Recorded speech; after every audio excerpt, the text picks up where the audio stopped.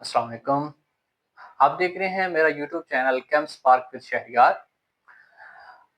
हमने class 10th का chapter number 9 start किया हुआ है, केमिकल इक्विलिब्रियम। आज उसका हम टॉपिक पढ़ते हैं, इंपॉर्टेंस ऑफ इक्विलिब्रियम कांस्टेंट, के अहमियत क्या है इक्विलिब्रियम कांस्टेंट की।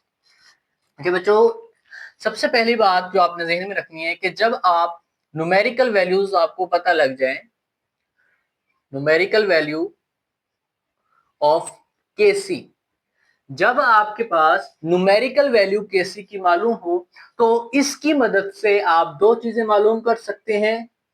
एक तो आप प्रिडिक्ट कर सकते हैं, क्या चीज प्रिडिक्ट कर सकते हैं? डायरेक्शन ऑफ रिएक्शन, कि रिएक्शन किस सिमत में जाएगा। ठीक है। और दूसरे नंबर पे आप प्रिडिक्ट कर सकते हैं एक्सटेंट ऑफ रिएक्शन।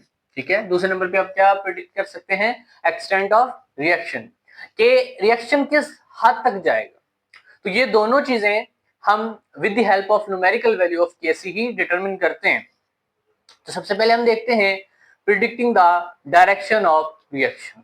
ठीक है, तो सबसे पहले हम क्या देखते हैं? Predicting direction of reaction. सबसे पहले आपने डायरेक्शन ऑफ रिएक्शन को प्रिडिक्ट करना है with the help of equilibrium constant. अच्छा बच्चों, इसमें थोड़ा सा आपने जहन में रखना है कि जब आपके पास न्यूमेरिकल वैल्यू पता उस वक्त लगेगी।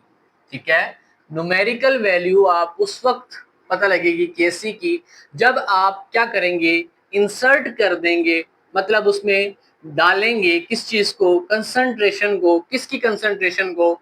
रिएक्टेंट्स की। ठीक है, रिएक्टेंट्स की और प्रोडक्ट्स की। जब आपको इक्विलिब्रियम कांस्टेंट एक्सप्रेशन मिलेगी, उस एक्सप्रेशन में आप किसकी कंसंट्रेशन को ऐड करेंगे? रिएक्टेंट की कंसंट्रेशन को और प्रोडक्ट की कंसंट्रेशन को उसमें ऐड करेंगे।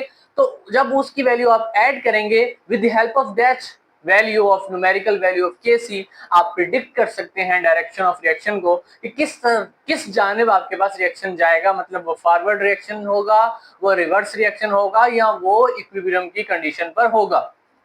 तो बच्चों, हम देखेंगे अब एक एग्जांपल के जरिए मैं आपको इसको एक्सप्लेन करता हूं। अगर मैं कंसीडर करूं एक रिएक्शन को, कंसीडरिंग द रिएक्शन कि जिसमें H2 plus I2 hydrogen gas और आयोडीन गैस आपस में मिलती है, एक रिवर्सिबल रिएक्शन होता है जिसमें हाइड्रोजन आयोडाइड बनता है। रिएक्शन को बैलेंस करेंगे तो यहाँ पे 2 आएगा। रिएक्टेंट और प्रोडक्ट साइड आपके पास अब क्या है? बैलेंस। अब जो बच्चों यहाँ पर हम जब ये रिएक्शन करवाते हैं, ये रिएक्शन जब स्टार्ट हुए कुछ ही टाइम गुजरता है, आफ्टर सम टाइम, कुछ देर के बाद आप इसमें से हाइड्रोजन की कंसंट्रेशन, आयोडीन की कंसंट्रेशन और हाइड्रोजन आयोडाइड जो बना होता है उसकी कंसंट्रेशन के सैंपल्स कलेक्ट कर लेते हैं। तो अगर मैं कहता हूं कि उस सैंपल की जो कंसंट्रेशन है, मैं कहता हूं H2 की कंसंट्रेशन एट टाइम T, जो सबस्क्रिप्ट मैंने T लिखा है, इसका मतलब है कि मैंने जो रिएक्शन के अंदर से ये कंसंट्रेशंस निकाली हैं हाइड्रोजन आयोडीन और हाइड्रोजन आयोडाइड की, वो एट सम टाइम T निकाली हैं। जरूरी नहीं कि वो हम इक्विलिब्रियम पर ही निकालें उनकी कंसंट्रेशंस को, उससे हम पहले भी निकाल सकते हैं। तो H2 की कंसंट्रेशन में कहता हूं सपोज वो वैल्यू है 0.10 मोल पर डीएम क्यूब, पर डीएम क्यूब। और इसी तरह से अगर मैं I2 की कंसंट्रेशन निकाल दूं एट टाइम T, तो मैं कहता हूं 0.20 मोल पर डीएम क्यूब होती है। और अगर हम हाइड्रोजन आयोडाइड की वैल्यू को देखें एट टाइम T, तो उसकी वैल्यू जो है वो 0.40 मोल पर डीएम क्यूब। अच्छा बच्चों, ध्यान से इसमें एक चीज नोट करने वाली ये है कि ये जो आपके पास रिएक्शन हो रहा है, इसकी Kc की वैल्यू उन्होंने पहले से दी है। उन्होंने कहा इसकी जो Kc की वैल्यू है वो 57 है एट 700 केल्विन टेम्परेचर पर। ठीक है, 57 वैल्यू है Kc की। तो जब आप इस तमाम वैल्यूज को जो आपने ली हैं H2 की, I2 की एंड HI को, जब आप इक्विलिब्रियम कांस्टेंट एक्सप्रेशन में पुट करेंगे तो आपके पास जो आंसर आएगा वो रिएक्शन कोएफिशिएंट होगा, उसे हम QC कहते हैं। अच्छा बच्चों, इसमें अब आपने देखना क्या है कि अगर हम इसकी इक्विलिब्रियम कांस्टेंट एक्सप्रेशन लिखें तो वो क्या होगी, वो आपके पास क्या होगी, एच आई का स्क्वायर एट टाइम टी लेंगे divided by H2 at time t, उसके बाद I2 at time t। Values put कर दें 0.40 का square divided by 0.10 multiply by 0.20, answer निकालेंगे तो आपके पास 8.0 आंसर आएगा। अब इसका यूनिट तो कोई नहीं निकलेगा, वजह क्योंकि रिएक्टेंट साइड पे नंबर ऑफ मोल्स और प्रोडक्ट साइड पे जो नंबर ऑफ मोल्स है वो इक्वल है। तो हमने लास्ट लेक्चर में पढ़ा था कि जिस रिएक्शन में नंबर ऑफ रिएक्टेंट साइड पर नंबर ऑफ मोल जो रिएक्टेंट साइड पर होते हैं और जो number of moles product side पे होते हैं अगर वो इक्वल होंगे तो फिर क्या होगा, आपके पास इस इक्वेशन का कोई यूनिट नहीं निकलेगा केसी का। ठीक है, अब नेक्स्ट आप देखें, इसको कंपैरिजन करना है हमने, ये क्या है आपके पास क्यूसी की वैल्यू आई है 8.0।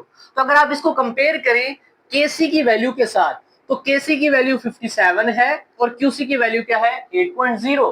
तो इसका मतलब है क्यूसी की वैल्यू लेस देन है केसी से, क्यूसी की वैल्यू कम है केसी से, इसका मतलब है प्रोडक्ट कम बना है। तो इक्विलिब्रियम हासिल करने के लिए आपके पास क्या होगा, प्रोडक्ट ज्यादा बनाने पड़ेंगे। तो ज्यादा उस सूरत में बनेंगे जब ये रिएक्शन किस जाने मूव करेगा, फॉरवर्ड मूव करेगा, आगे की जाने मूव करेगा।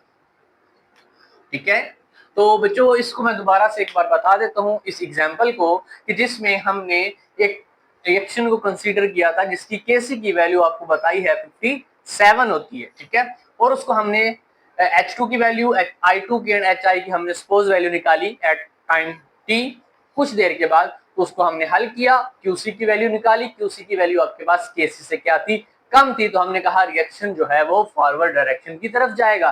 तो इसी QC और KC की कंपैरिजन की मदद से हम प्रिडिक्ट कर सकते हैं कि रिएक्शन किस जानिब जाएगा। अच्छा बच्चों, अब आपके पास जब QC और KC को कंपैरिजन करते हैं तो तीन तरह की रिलेशनशिप आपको सामने आती है। नंबर 1, अगर QC की वैल्यू समाल हो KC से, QC की वैल्यू समाल हो KC से, तो रिएक्शन जो है वो फॉरवर्ड जाएगा। क्या जाएगा, फॉरवर्ड जाएगा। फॉरवर्ड का क्या मतलब होता है कि रिएक्शन जो है वो लेफ्ट टू राइट जाएगा, बाएं से दाएं जानब जाएगा। और अगर आपके पास QC की वैल्यू ग्रेटर देन KC आती है तो रिएक्शन जो है वो आपके पास किस जानब जाएगा, रिवर्स हो जाएगा, वापस जाएगा बैकवर्ड डायरेक्शन में, राइट टू लेफ्ट जाएगा। और अगर तीसरी कंडीशन आ जाए, अगर QC की वैल्यू KC के बराबर हो तो रिएक्शन ना आगे जाएगा ना पीछे जाएगा, बल्कि रिएक्शन जो है वो आपके पास पहले से किस कंडीशन में होगा, इक्विलिब्रियम की कंडीशन में होगा। तो ओवरऑल बात यह हुई कि अगर आपको न्यूमेरिकल वैल्यू KC की और QC की वैल्यू, जो रिएक्शन कोएफिशिएंट जिसे हम कहते हैं, अगर वो हम मालूम कर लें तो उन दोनों की वैल्यू को कंपेयर करके हम बता सकते हैं कि वो रिएक्शन जो है वो किस जानिब जाएगा, फॉरवर्ड जाएगा, रिवर्स जाएगा, या फिर वो वहीं पर स्टॉप रहेगा, मतलब वो इक्विलिब्रियम की कंडीशन में रहेगा। तो इस तरह से हम इक्विलिब्रियम कांस्टेंट एक्सप्रेशन की मदद से, इक्विलिब्रियम कांस्टेंट की मदद से हम प्रिडिक्ट कर सकते हैं डायरेक्शन ऑफ रिएक्शन को। ये था हमारा पहला topic, importance of equilibrium constant के हवाले से। अब हम देखते हैं इक्विलिब्रियम कांस्टेंट एक्सप्रेशन की मदद से या उसकी न्यूमेरिकल वैल्यू की मदद से हम दूसरी उसकी इंपॉर्टेंस देखते हैं इक्विलिब्रियम कांस्टेंट की, कि हम इसकी मदद से डायरेक्शन तो हमने पता कर ली कि रिएक्शन किस जानिब जाएगा, अब हम ये भी पता लगा सकते हैं कि रिएक्शन किस हद तक पहुंच चुका है, मतलब रिएक्शन कंप्लीट हो चुका है या नहीं हुआ, तो ये भी हम पता लगा सकते हैं। ठीक है, जब आपने न्यूमेरिकल वैल्यू जब आपको पता होगी, ठीक है, जब न्यूमेरिकल वैल्यू किसकी पता होगी, केसी की पता होगी, तो आप उस रिएक्शन की एक्सटेंट बता सकते हैं, हद बता सकते हैं। हद से मुराद क्या है कि आप बता सकते हैं कि कितनी अमाउंट में रिएक्टेंट जो हैं वो प्रोडक्ट्स में कन्वर्ट हुए हैं। आर से मुराद रिएक्टेंट है, पी से मुराद प्रोडक्ट है, तो कितनी अमाउंट में रिएक्टेंट जो है वो प्रोडक्ट्स में क्या हुए हैं, कन्वर्ट हुए हैं। तो आप इसकी मदद से, न्यूमेरिकल वैल्यू ऑफ केसी की मदद से ये सारी चीजें बता सकते हैं। हम अगर तीन वैल्यूज लेते हैं, सबसे पहले ध्यान से बच्चों, अगर आपके पास लार्ज न्यूमेरिकल वैल्यू आ जाए किसकी, केसी की, अगर आपके पास न्यूमेरिकल वैल्यू Kc की आ जाए लार्ज, ज्यादा निकल आए। अब ना इसको समझाने से पहले मैं आपको एक शॉर्टकट बताता हूं। आपने पढ़ा था Kc जो होता है वो बराबर होता है प्रोडक्ट ओवर रिएक्टेंट्स के। ये मतलब प्रोडक्ट ऊपर होते हैं और रिएक्टेंट क्या होता है, नीचे होता है। इसका मतलब है Kc directly proportional to product and reactant के वो क्या है, इनवर्सली प्रोपोर्शनल है। अब इस बात को ध्यान में रखना है, अगर आपके पास न्यूमेरिकल वैल्यू Kc की ज्यादा है, अगर Kc की न्यूमेरिकल वैल्यू ज्यादा आती है तो क्या चीज ज्यादा होगी, प्रोडक्ट ज्यादा होंगे। क्या चीज ज्यादा होगी, प्रोडक्ट ज्यादा होंगे। और रिएक्टेंट्स क्या होंगे, रिएक्टेंट्स की जो तादाद है वो निग्लिजिबल होगी, ना होने के बराबर होगी। तो आप कह सकते हैं कि रिएक्शन जो है वो ऑलमोस्ट तकरीबन वो कंप्लीट हो चुका है। तकरीबन वो क्या हो चुका है, कंप्लीट हो चुका है। दोबारा सुन लें, अगर आपके पास न्यूमेरिकल वैल्यू Kc की बहुत ज्यादा आती है तो आप ये कह सकते हैं कि उस रिएक्शन के अंदर प्रोडक्ट्स बहुत ज्यादा होंगे और रिएक्टेंट्स क्या होंगे, कम होंगे। तो इसका मतलब ये हुआ कि रिएक्शन क्या हो चुका है, ऑलमोस्ट कंप्लीशन उसकी हो चुकी है, ऑलमोस्ट वो कंप्लीट हो चुका है। क्लियर हुई बात। अब इसकी एग्जांपल देखते हैं कि जैसे कार्बन मोनोऑक्साइड और ऑक्सीजन का हम रिएक्शन करवाते हैं तो हमारे पास जो कन्वर्ट होगा, जब ये रिएक्शन होगा तो बनेगा CO2। रिएक्शन को बैलेंस कर दिया मैंने साथ ही, तो 2CO2। तो ये आपके पास एक रिएक्शन है। अगर मैं इसकी Kc की वैल्यू बताऊं तो कहते हैं जो Kc की वैल्यू है वो है 2.2 मल्टीप्लाई बाय 10⁻²²। अब 10⁻²² है, मतलब ये कहने का है कि Kc की वैल्यू बहुत बड़ी है, बहुत लार्ज है। तो इसका मतलब ये हुआ कि इस रिएक्शन में प्रोडक्ट्स क्या होंगे, बहुत ज्यादा होंगे और रिएक्टेंट्स क्या होंगे, कम होंगे। तो रिएक्शन जो ये है ये क्या है, ऑलमोस्ट क्या हो चुका है, कंप्लीट हो चुका है। अब हम देखते हैं सेकंड कंडीशन को कि अगर आपके पास न्यूमेरिकल वैल्यू जो है वो स्मॉल आ जाए, स्मॉल न्यूमेरिकल वैल्यू किसकी, Kc की। अब बच्चों देखो, इसी ही शॉर्टकट्स को आपने जहन में रखना है कि अगर Kc की वैल्यू कम है तो इसका मतलब है प्रोडक्ट्स कम है। अगर प्रोडक्ट्स कम है तो रिएक्टेंट्स क्या होंगे, ज्यादा होंगे। तो इसका मतलब ये है कि वो रिएक्शन अभी तक कंप्लीट नहीं हुआ, वो कभी भी कंप्लीट नहीं होगा, never goes to completion. Clear हुई बात। क्या मैंने बात की है, मैंने बात की है कि अगर Kc की वैल्यू कम है तो आपके पास रिएक्टेंट्स ज्यादा होंगे और प्रोडक्ट्स क्या होगा, कम होगा। ठीक है। और reaction never goes to completion, never goes to never goes to completion, वो रिएक्शन कंप्लीट नहीं होगा। इसकी एग्जांपल देख लेते हैं कि हम लेते हैं अमोनिया और उसको डिकम्पोज करवाते हैं, हमारे पास बनता है N2+3H2। ठीक है, रिएक्शन को मैंने बैलेंस साथ ही कर दिया, वैसे ये रिएक्शन को बैलेंस करना मैंने आपको लास्ट लेक्चर्स में सिखाया हुआ है। ठीक है। अब अगर मैं इसकी Kc की वैल्यू देखूं तो कहते हैं इसकी जो Kc की वैल्यू है वो 3.0 मल्टीप्लाई बाय 10⁻⁹ में है। -9 का मतलब ये है कि इसकी न्यूमेरिकल वैल्यू Kc की क्या है, बहुत ज्यादा स्मॉल है, बहुत ज्यादा कम है। तो जब कम होगी तो इसका मतलब है कि उसमें रिएक्टेंट बहुत ज्यादा होंगे और प्रोडक्ट उसमें क्या होंगे, कम होंगे। क्लियर होगी बात कि जब न्यूमेरिकल वैल्यू Kc की ज्यादा है तो प्रोडक्ट्स ज्यादा हैं, जब Kc की वैल्यू न्यूमेरिकल वैल्यू कम आई है तो इसका मतलब है उसमें प्रोडक्ट्स भी क्या हैं, कम हैं। अब तीसरी और लास्ट कंडीशन में आपको यहां पर ही बता देता हूं इस जगह पर कि अगर हमारे पास Kc की वैल्यू जो है वो मॉडरेट आ जाए, ना तो वो बहुत ज्यादा हो और ना ही वो बहुत ज्यादा छोटी हो।